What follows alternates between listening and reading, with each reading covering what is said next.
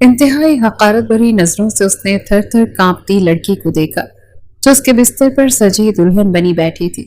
وہ غصے سے بھپرا ہوا آگے بڑھا اور شیروانی اتار کر ایک طرف پھینکی۔ ڈری سہمی ابھی ابیہا اس پل سمٹی تھی، لیکن اگلے ہی پل اسے گردن سے دبوچ کر اپنے سامنے کھڑا کر چکا تھا۔ ایک نظر اس کے حسین چہرے پر ڈالی اور پھر اس کے وجود پر، لہنگا، پھر گھونگھٹ، ان سب میں لپٹا دیکھ کر اس نے غصے سے اس کا گھونگھٹ اتار کر ایک طرف پھینکا اور کہنے لگا، کس لیے خود کو چھپا رہی ہوں؟ ہاں، یہ ڈرامے بازی کیوں؟ تم جو چاہتی تھی اس مقصد میں کامیاب تو ہو ہی گئی۔ تم جیسی لڑکیوں کو میں اچھے سے جانتا ہوں، لڑکوں کو پھنسانا، انہیں اپنے حسن کے نظارے کروانا اور پھر گندے الزام لگا کر ان سے رشتہ قائم کرنا، یہی مقصد تھا تمہارا۔ چاہتی کیا تھی تم کہ مجھے اپنے قابو میں کر لو گی؟ جو منہ میں آ رہا تھا زارون علی خان زادہ بولتا چلا جا رہا تھا، کہنے لگا، پتہ نہیں کیا کرتوت ہیں تمہارے، کیا کرتی پھرتی رہی تم کہ زبردستی یہ ڈرامہ رچا کر تمہیں میرے پلے باندھ دیا گیا۔ ابھی ہے کہ آنکھوں میں اس پل دو آنسو ٹوٹ کر گر رہے تھے۔ بس کر دو زارون، تم مجھ پر الزام نہیں لگا سکتے۔ وہ جس قدر غصے میں تھا وہ اس کی جان ہی لے لیتا۔ وہ کسی بن پانی کی مچھلی کی طرح اس کے چنگل میں تڑپ رہی تھی۔ غصے سے گھونگھٹ پھینکنے کے بعد اس نے اپنا ہاتھ اس کے گریبان تک لایا تھا۔ وہ اسے گریبان سے کھینچ کر اپنے قریب کر گیا۔ اس کی چولی پھٹنے لگی تھی۔ وہ کہنے لگی، یہ سب کچھ حادثاتی تھا۔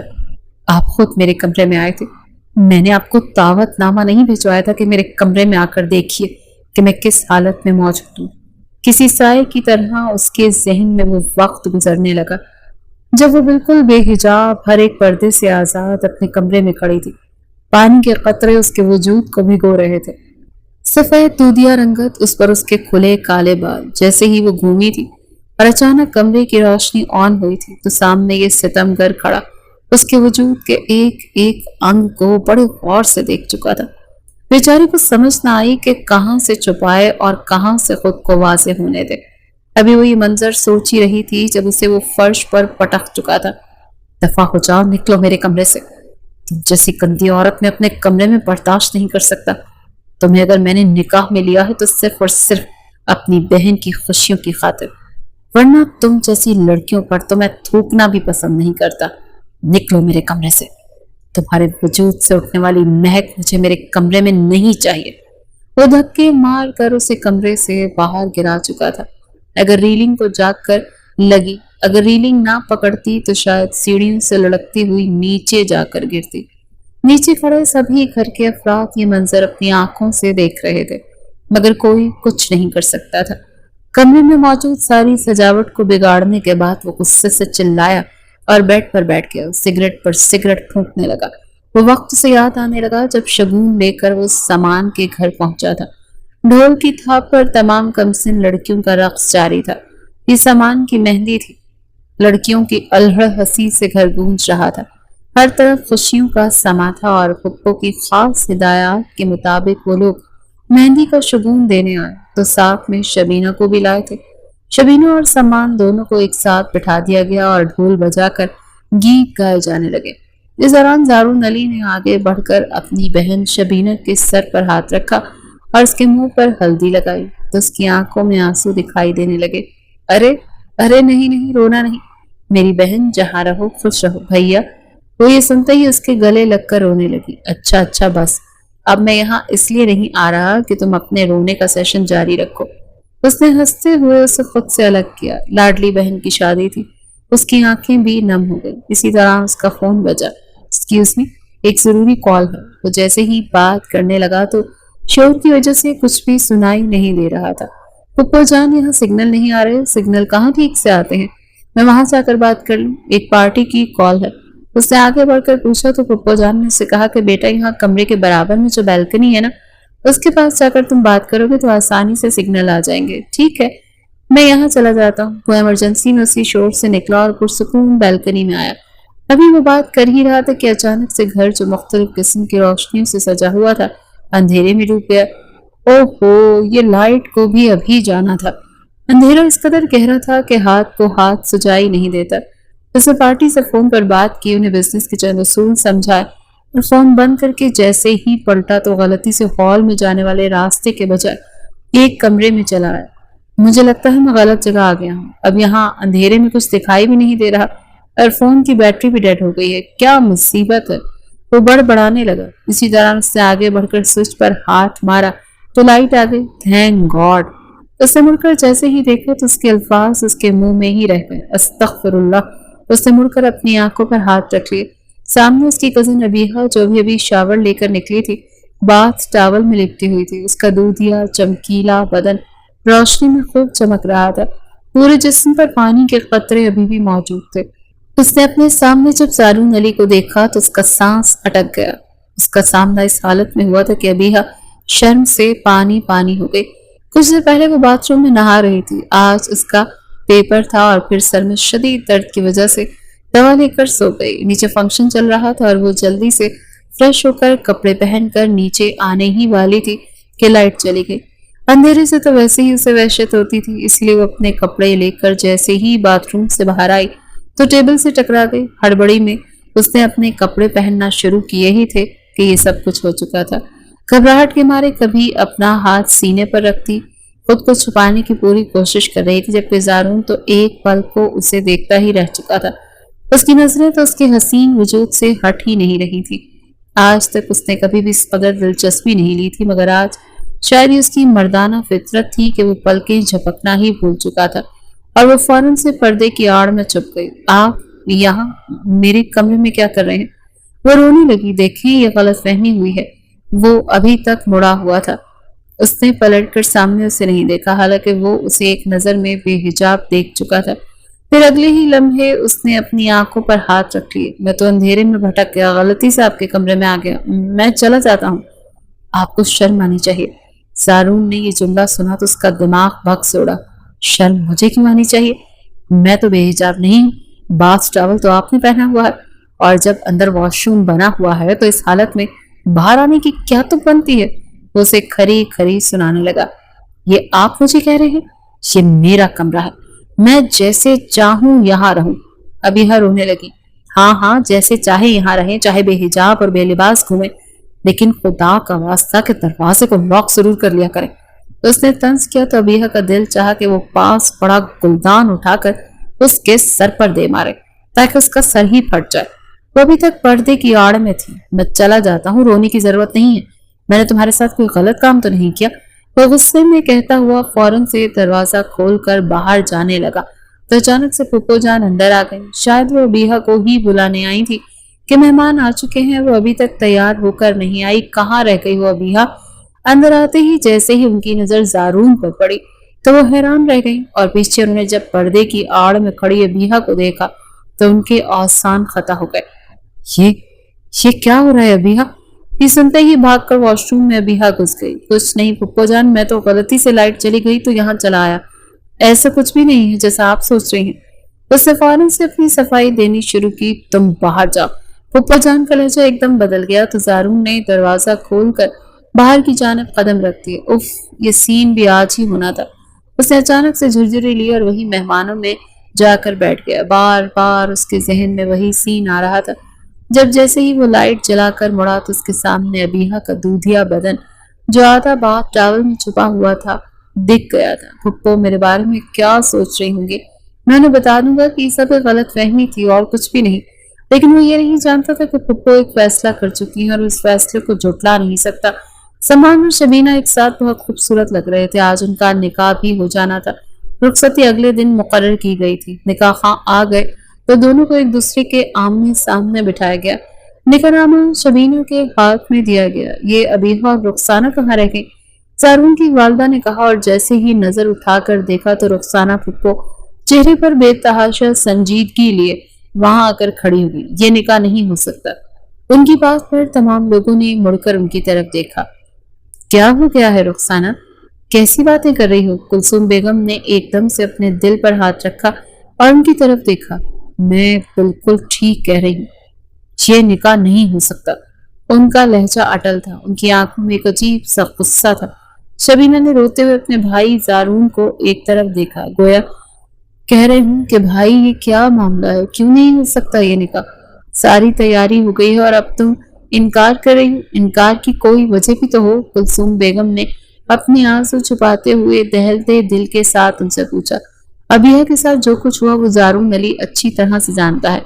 زارون کی ماں نے فوراً زارون کی طرف دیکھا جو ایک جانب اپنی مٹھیاں بند کیے کھڑا تھا۔ اس پوری محفل میں پہلے تو انہیں کہیں بھی ابیہ کہیں نظر نہیں آئی، اور جب آئی بھی تو آنکھوں کے نیچے سیاہ ہلکے پڑے ہوئے تھے جیسے کسی گہرے صدمے سے دو چار ہو۔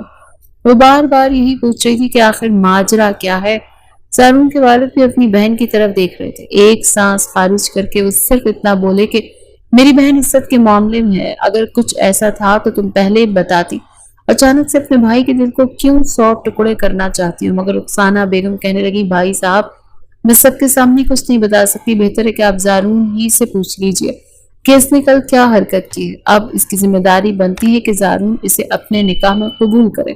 میں یہاں کھل کر کچھ نہیں بتاؤں گی، کلثوم تمہیں زارون سب کچھ بتا دے گا۔ یہ بات سنتے ہی کلثوم بیگم نے ششدر نگاہوں سے زارون کی طرف دیکھا۔ وہ رخسانہ پھپھو سے اس بات کی توقع بالکل بھی نہیں کر رہا تھا۔ وہ تو اس بات کو بھول بھی گیا تھا، نہیں جانتا تھا کہ آج یوں سب کے سامنے یہ بات کھل جائے گی۔ میں جس میں اس کا کوئی قصور بھی نہیں تھا، میری بیٹی کو جب تک زارون اپنے نکاح میں نہیں لے گا میں سلمان اور شبینہ کا بھی نکاح نہیں ہونے دوں گی۔ رخسانہ پھپھو کے فیصلے نے جہاں زارون کو پتھر کا کیا، وہیں شبینہ اپنی جگہ سے اٹھی اور روتے روتے اپنے بھائی کے گلے لگ گئی۔ بھائی یہ کیا ہو رہا ہے؟ پھپھو کیا کہہ رہی ہیں؟ زارون کہنے لگا، پھپھو یہ کیسی باتیں کر رہی ہیں؟ آپ میں ابیہ سے شادی کیسے کر سکتا ہوں؟ جو کچھ ہوا تھا وہ غلط فہمی تھی، اس کے علاوہ اور کچھ بھی نہیں۔ پلیز یہ سب کچھ سمجھیے، رشتے یوں زبردستی نہیں بنائے جاتے۔ ہر کوئی رخسانہ اور زارون کے چہرے کو دیکھ رہا تھا۔ جب زارون کے والد کہنے لگے کہ مجھے حقیقت سنی ہے، بتاؤ آخر کیا ہوا ہے۔ جنابت یہاں تک پہنچ گئی۔ رخسانہ نے بھی اپنی طرف سے پلو جھاڑ کر زارون کی طرف دیکھا تھا جو گہری سانس خارج کر کے انتہائی مشتعل انداز میں اپنے باپ کو دیکھ کر وہ سب کچھ بتانے لگا جو کچھ گزشتہ روز ہوا تھا۔ ابیہ تو وہاں موجود نہیں تھی۔ زارون نے سب کچھ بتانے کے بعد اسے کہا کہ میں آپ کی بیٹی سے شادی نہیں کرنے والا۔ اگر آپ کو اپنی بیٹی کی شادی کروانی ہے تو خاندان کے اور بھی لڑکے موجود ہیں، ان سے کروا دیں۔ میں اس وٹے سٹے کے حق میں نہیں ہوں۔ ابیہ مجھ سے عمر میں بہت چھوٹی ہے، ہم دونوں کا کوئی میل نہیں۔ رخسانہ بیگم نے واضح الفاظ میں کہا کہ اچھا ٹھیک ہے، پھر بھائی صاحب مجبوراً مجھے پھر یا بازار آپس لے کر جانا پڑے گا کیونکہ میری بیٹی کی عزت کا سوال ہے۔ یہ سن کر شبینہ کے پیروں کے نیچے سے زمین نکل گئی۔ اس وقت بند کمرے میں ہو رہی تھی اور باہر بیٹھے مہمان چہمگوئیاں کر رہے تھے کہ شبینہ کہنے لگی، ان کی بات مان لینا، میری شادی ٹوٹ جائے گی، سب کچھ برباد ہو جائے گا۔ ایک دم سے جیسے زارون ہوش میں آیا تھا۔ یہ کیا کہہ رہی ہے؟ میں نے کوئی گناہ نہیں کیا، آپ مجھے کس بات کی سزا دے رہی ہیں؟ وہ چلانے لگا، آواز نیچی رکھو، میری ماں سے اونچی آواز میں بات نہ کرو۔ سلمان ایک دم سے غصے میں آ گیا اور اپنی ماں کے پاس جا کر کھڑا ہو گیا۔ جب تک میری ماں کی خواہش پوری نہیں کی جائے گی میں بھی یہ نکاح نہیں کروں گا۔ شبینہ نے پھٹی پھٹی نگاہوں سے اپنے ہونے والے شوہر کی طرف دیکھا، پھر مڑ کر اپنے بھائی کے سامنے ہاتھ جوڑ دیے، جو یہ کہتے ہیں وہ کر لیں ورنہ میں مر جاؤں گی۔ زارون نے تڑپ کر اپنی بہن کی طرف دیکھا، وہ زاروں قطار رو رہی تھی۔ ایک دم سے ساری خوشیاں جیسے ماتم میں بدل گئیں۔ اس نے افسوس سے رخسانہ پھپھو کی طرف دیکھا جنہوں نے ایک حادثے کو ایک ایسا رنگ دے دیا کہ وہ کبھی خواب میں بھی نہیں سوچ سکتا تھا۔ یقیناً چالاکی سے دونوں ماں بیٹی نے مجھے پھانسنے کی کوشش کی۔ اس کے دل میں عجیب و غریب خیالات آ رہے تھے۔ لڑکیاں اس سے شادی کی خواہش رکھتی تھی، یہ بات وہ اچھی طرح سے جانتا تھا۔ وہ ایک خوبصورت پرسنالٹی کا مالک تھا۔ اگر ان دونوں ماں بیٹی کے دل میں یہ بات آئی ہے تو کچھ غلط بھی نہیں۔ اکثر ہی لڑکیاں اس سے دوستی کرنے کے لیے بے تاب رہتی تھی، پر ابھی ہم مجھ سے چھوٹی ہے، ہمارا کوئی جوڑ نہیں ہے، اور اب ایسا کیوں کہہ رہی ہیں؟ وہ بے بس اور مجبور دکھائی دینے لگا۔ جو میں نے کہا ہے وہی میرا اٹل فیصلہ ہے۔ اگر تم ابیہ سے نکاح کرو گے تو ہی میں ان دونوں کا نکاح ہونے دوں گی، ورنہ ہماری طرف سے شادی بھلے توڑ دی جائے، ہمیں کوئی فرق نہیں پڑتا۔ رخسانہ بیگم نے اپنے دل پر پتھر رکھ کر ایک انتہائی سخت فیصلہ سنایا، لیکن یہ فیصلہ ان کی بیٹی کی زندگی سے متعلق تھا جسے زارون نے بے حجاب اس کے اپنے کمرے میں دیکھ لیا تھا۔ وہ ایک ماں کیسے برداشت کر سکتی تھی اس کی بیٹی کو کوئی حجاب دیکھ لے اور وہ اسے جانے دے؟ بھیا کچھ تو کہیں، آپ کیوں چپ ہو گئے ہیں؟ زارون تو جیسے کاٹو تو بدن میں لہو نہیں کے مترادف کھڑا ہونے چپ چاپ دیکھتا رہا۔ میں یہ نکاح کرنے کے لیے تیار۔ آخرکار اپنی لاڈلی چہیتی بہن شبینہ کے کہنے پر اس نے اس نکاح کی حامی بھر لی تھی۔ یہ کہتے ہوئے وہ رکا نہیں اور تیز تیز قدم اٹھاتا گھر سے باہر نکل گیا۔ رخسانہ تم نے میرے بیٹے کو مشکل میں ڈال دیا۔ کلثوم بیگم بھی جانے لگی تو شبینہ نے ہاتھ بڑھا کر انہیں روک لیا، اور اس نکاح میں ان دونوں کا کر دیا جائے، میں تیار ہوں، لیکن یاد رہے کہ میری شرط سب کو یاد رکھنی چاہیے۔ انہوں نے اپنے بیٹے کے برابر میں بیٹھتے ہوئے محبت سے کہا، شبینہ اور سمان کا نکاح ہو گیا، لیکن زارون علی کی زندگی کا کل ہمیشہ ہمیشہ کے لیے بالکل بدلنے والی ہوں۔ مجھے سمجھ نہیں آیا کہ رخسانہ نے اچانک وٹے سٹے کا پروگرام کیوں بنا لیا۔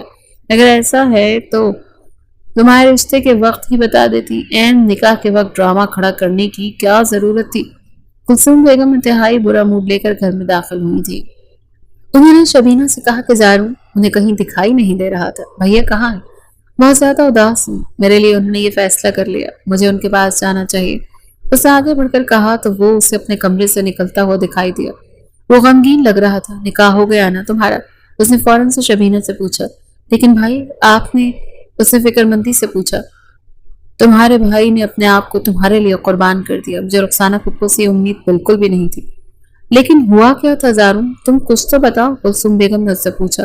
تو وہ انہیں دیکھ کر رہ گیا۔ جو کچھ ہوا میں انہیں ایسے لفظوں میں آپ کو بتا نہیں سکتا، اور جو کچھ بتاؤں گا اس پر آپ یقین نہیں کریں گے، اس لیے یہ بات رہنے دیجیے کہ ایسا کیا ہوا، کیوں ہوا۔ بس آپ یہ دعا کریں کہ کل تک میرا دل نہ بدل جائے، ورنہ بہت سی زندگیاں برباد ہو جائیں گی۔ زہر آلود لہجے میں کہتے ہوئے اس نے شبینہ کی طرف نظر کی اور تیز تیز قدم اٹھاتا ہوا گھر سے باہر نکل گیا۔ بے مقصد سڑک پر گاڑی دوڑانے کے بعد بھی اس کا غصہ کم نہیں ہو رہا تھا۔ بار بار اس کے سامنے ابھی آ رہی تھی۔ دل میں یہی سوچ رہا تھا کہ ابھی وہ شاطر لڑکی اس کی گاڑی کے سامنے آئے اور اسے اپنی گاڑی کے نیچے کچل کر رکھ دے۔ غصے کے مارے وہ گاڑی اور سپیڈ کر رہا تھا۔ گاڑی جہاں سے گزر رہی تھی لوگ لا حول ولا قوت پڑھ رہے تھے۔ کہ بے مقصد گاڑی دوڑانے کے باوجود اس نے گہرے سانس خارج کی۔ رات کے اس وقت 12 بج رہے تھے اور مسلسل فون پر کالز آ رہی تھی۔ جب اس نے کچھ سوچا اور پھر اپنی گاڑی رخسانہ پھپھو کے گھر کی طرف دوڑا دی۔ گاڑی کو باہر کچھ فاصلے پر ہی روک چکا تھا۔ ایک نظر اس گھر کو دیکھا۔ اس کا تو یہاں پر بچپن کھیلتے ہوئے گزرا تھا۔ جی تو اس کا یہی چاہا کہ اپنے پینٹ کی جیب میں موجود پسٹل نکالے اور جا کر اس ابیحہ کے دماغ میں 6 کی 6 گولیاں اتار دے۔ اس کا ہاتھ سیدھا پسٹل کی طرف گیا بھی تھا، لیکن ذہن میں اپنی لاڈلی بہن کا نقش بن گیا۔ شبینہ سے وہ بے تحاشا محبت کرتا تھا، اپنی بہن کی آنکھوں میں آنسو برداشت نہیں کر سکتا تھا، اور اگر وہ اس کی شادی سمان سے کروا رہا تھا تو صرف اس لیے کیونکہ وہ اس کے لیے پاگل ہوئے جا رہی تھی۔ اپنی بہن کی خوشیوں کی خاطر اس نے پسٹل کو واپس پینٹ میں رکھا تھا۔ ابیحہ خانزادہ بہت اچھی چال چلی ہے تم ماں بیٹی نے، مگر یاد رکھنا تمہاری موت میرے ہی ہاتھوں لکھی ہے۔ وہ ہڑبڑا رہا تھا۔ ساری رات باہر رہنے کے بعد گھر پہنچا تھا۔ اگلی صبح دیر تک وہ سویا رہا۔ تم ابھی تک تیار نہیں ہوئے؟ اگلے دن شام کے 5 بجے وہ کمرے میں آئی تو وہ ابھی تک صبح والے کالے شلوار قمیص میں ملبوس تھا۔ مجھے تیار ہونے کی کیا ضرورت ہے؟ میری یہی تیاری کافی ہے۔ اس نے طنز سے کہا، جب آپ کو جانا ہو تو بتا دیجیے گا، میں چلا جاؤں گا۔ یہ کہتے ہی وہ اپنے پلنگ پر لیٹ گیا۔ یقین نہیں آ رہا کہ آج تمہارا نکاح ہے، اس کی والدہ نے کہا۔ تو وہ پیکی ہنسی ہنسا۔ یقین تو مجھے بھی نہیں آ رہا، سب کچھ خواب سا لگ رہا ہے، ایک بھیانک خواب۔ اس نے اپنے جملے میں اضافہ کیا تو کلثوم بیگم کا دل چاہا کہ وہ اپنے بیٹے کے گلے سے لگ کر اس کا سارا غم اپنے دل پر لے لے۔ جو زبردستی اس کے ساتھ اس کی پھپھو کر رہی تھی وہ کسی طور پر بھی قابل قبول نہیں تھا۔ شبینہ دلہن بن کر آ چکی تھی، وہ بہت پیاری لگ رہی تھی۔ دلہن کا روپ اس پر ٹوٹ کر آیا تھا۔ زارون آگے بڑھ کر اس کا ماتھا چوما، جہاں رہو خوش رہو۔ بس اسے مختصر سی دعا دی، بھیا آپ تیار نہیں ہوں گے؟ شیروانی نہیں پہنیں گے؟ اس نے ایک آس ایک امید سے کہا، نہیں میں اسی میں ٹھیک ہوں۔ اس نے اپنے قدم کے آگے کی طرف بڑھا دیے تھے۔ ہال میں داخل ہوتے ہی تمام لوگوں کی نظر زارون علی کی طرف اٹھی۔ وہ دلکش شخصیت کا مالک تھا کہ سادے سے کالے شلوار قمیص میں بھی اس کی شخصیت سمان سے بہت زیادہ بہتر لگ رہی تھی اور جچ بھی رہی تھی۔ ابیحہ کو اس کے برابر میں لا کر بٹھا دیا گیا اور نکاح شروع ہوا۔ اس نے انتہائی بے دلی کے ساتھ قبول ہے کہہ کر اسے اپنی زندگی میں قبول کیا۔ شبینہ اور سمان کی رخصتی کا شور کچھ ہی دیر میں مچ اٹھا تو رخسانہ پھپھو اس کے پاس آئی اور ابیحہ کو گلے مل کر رونے لگی۔ یہ سب کیا ہو رہا ہے کلثوم؟ آج تو ان دونوں کا صرف نکاح تھا نا؟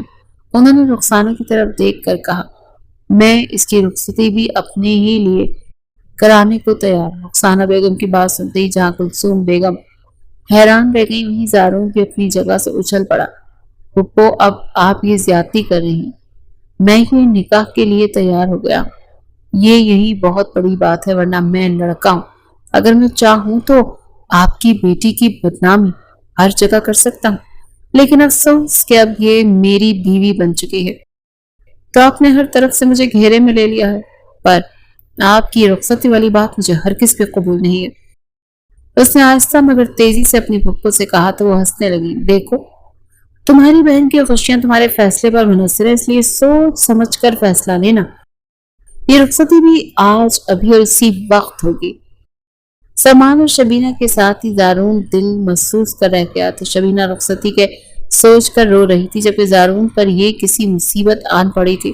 اس نے اپنی بہن کی طرف دیکھتے ہوئے رخسانہ پھپھو کے اس فیصلے پر بھی سر جھکا دیا تھا۔ ہاں، البتہ اس کا پورا وجود زلزلوں کی زد میں تھا، بس نہیں چل رہا تھا کہ وہ پوری دنیا کو آگ لگا دے۔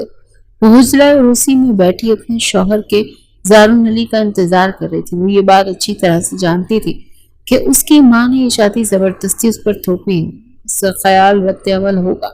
یہ سوچ سوچ کر وہ تھک چکی تھی، ٹھنڈے پسینے سے آنے لگے تھے۔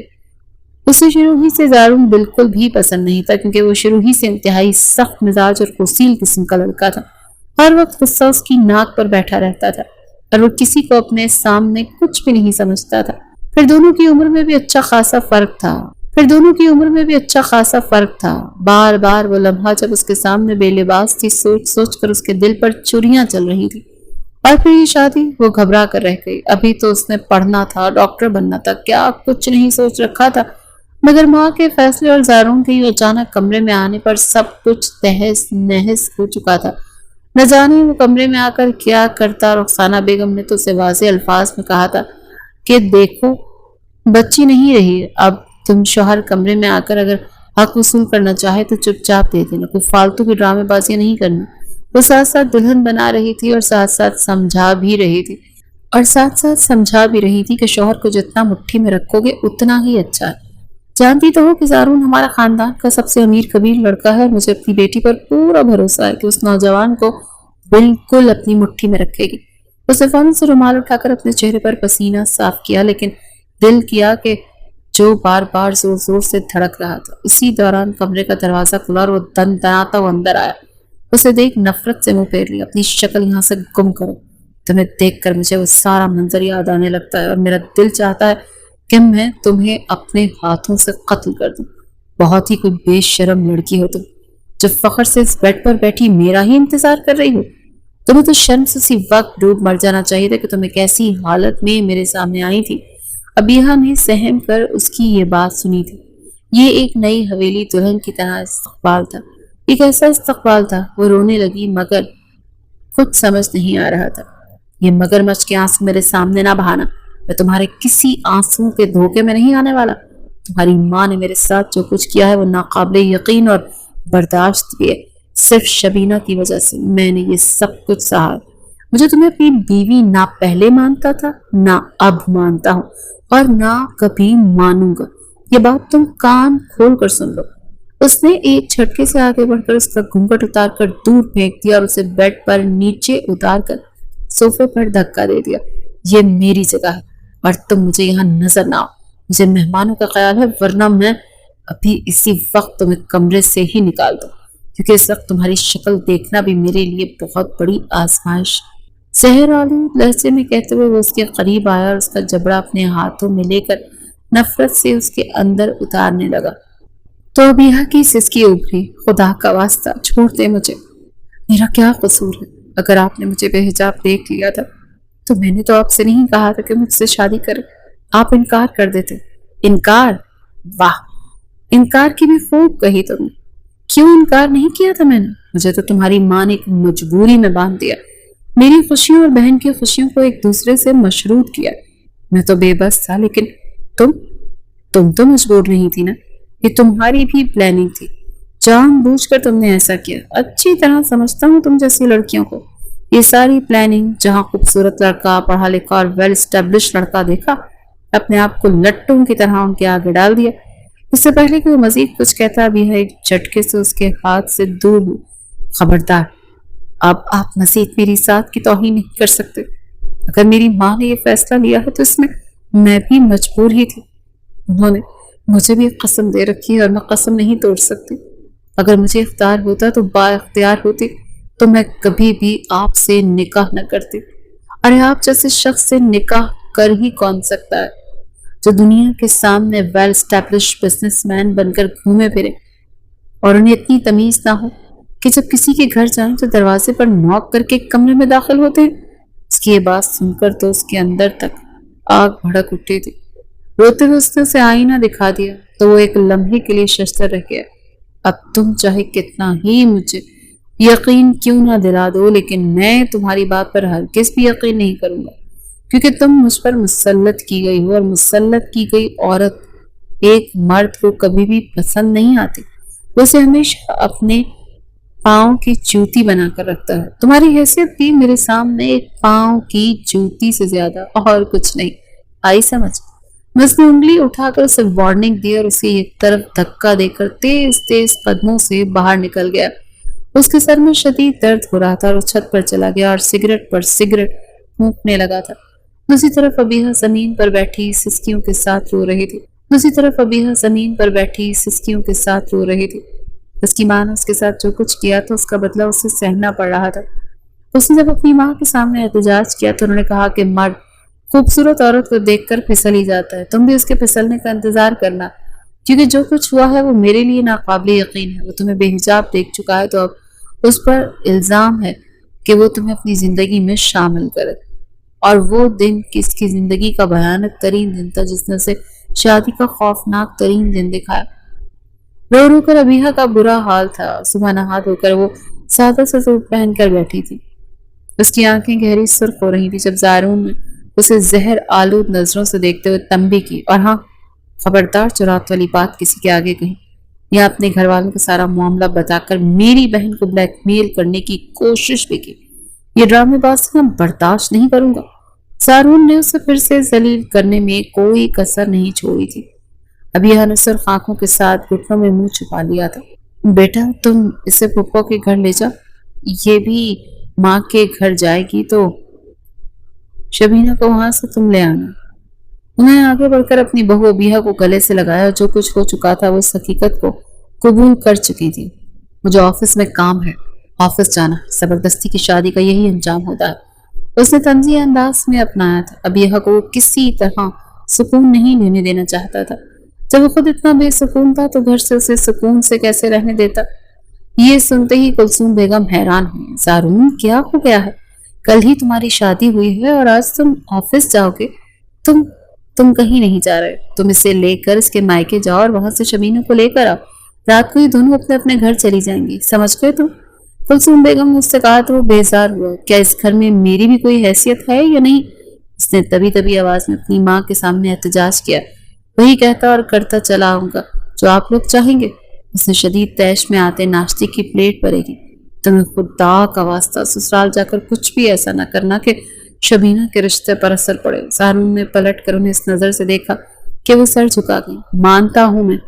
مانتا ہوں میں کہ یہ رشتہ زبردستی قبول کیا ہے، لیکن میں بیٹا ہوں آپ کا، آپ کو میرے دل کا بھی تو خیال رکھنا چاہیے نا۔ اس نے صدا سے کہا کہ جہاں کلثوم بیگم اداس ہوئی وہیں ابیحہ کو بھی اپنا آپ مجرم نظر آنے لگا۔ تیار ہو جاؤ، میں باہر کھڑا ہوں، 5 منٹ سے زیادہ وقت نہیں دوں گا۔ اس نے انگلی اٹھا کر روتی بلکتی ابیحہ سے کہا تو وہ اپنا ناشتہ چھوڑ کر فوراً سے اس کی طرف لگ گئی۔ کلثوم بیگم نے ان دونوں کو دیکھ کر افسوس کرنے لگی کہ رخسانہ کی ضد نے 2 زندگیوں کو خراب کر دیا تھا۔ یہاں آگے بیٹھنے کی ضرورت نہیں، پیچھے جا کر بیٹھو۔ تو جیسے ہی گاڑی کی فرنٹ سیٹ کھول کر بیٹھنے لگی تو زائرون نے نخوت سے سر چھٹک کر ایک لمحے کے لیے اسے اپنا آپ بہت زیادہ بے حیثیت سا محسوس کیا۔ وہ چپ چاپ پیچھے جا کر بیٹھ گئی۔ گھر پہنچتی وہ رخسانہ کے گلے لگ کر رونے لگی۔ کیا ہو گیا؟ تم رو کیوں رہی ہو؟ زائرون نے ضرور کچھ کیا ہوگا، سمان کے سامنے انہوں نے کہا تو ابیحہ نے فوراً سے اپنے آنسو صاف کیے۔ نہیں، وہ تو بہت اچھی ہیں، انہوں نے مجھے بالکل بھی نہیں ڈانٹا، نہ مجھ سے رخ پھیرا۔ اس نے اندر ہی اندر اپنے غم کو اتارا اور اپنی ماں کو سب اچھا ہی کی رپورٹ دینے لگی۔ یہ تو بہت اچھی بات ہے، مجھے تو لگا تھا کہ بھائی تم پر بہت غصہ کریں گے۔ شبینہ نے صاف کوئی کا مظاہرہ کیا تو رخسانہ بیگم نے پلٹ کر اس کی طرف دیکھا۔ اگر وہ میری بیٹی سے سختی کرتا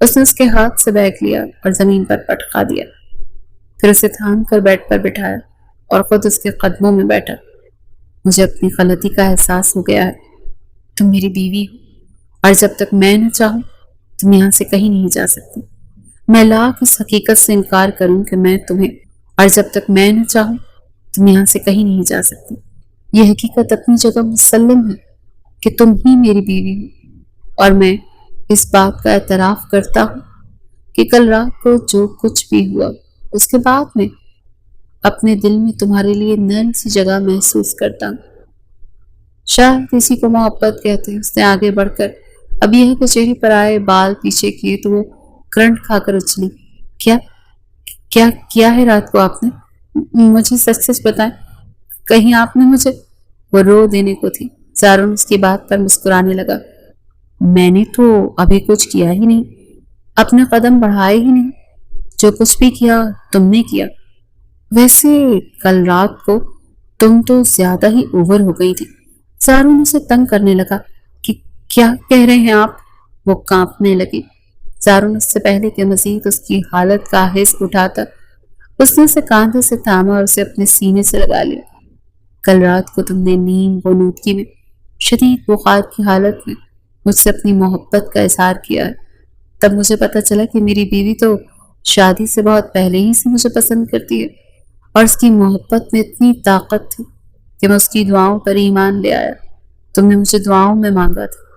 کل رات کو تم یہی سب کچھ کہہ رہی تھی۔ یہی حقیقت ہے نا؟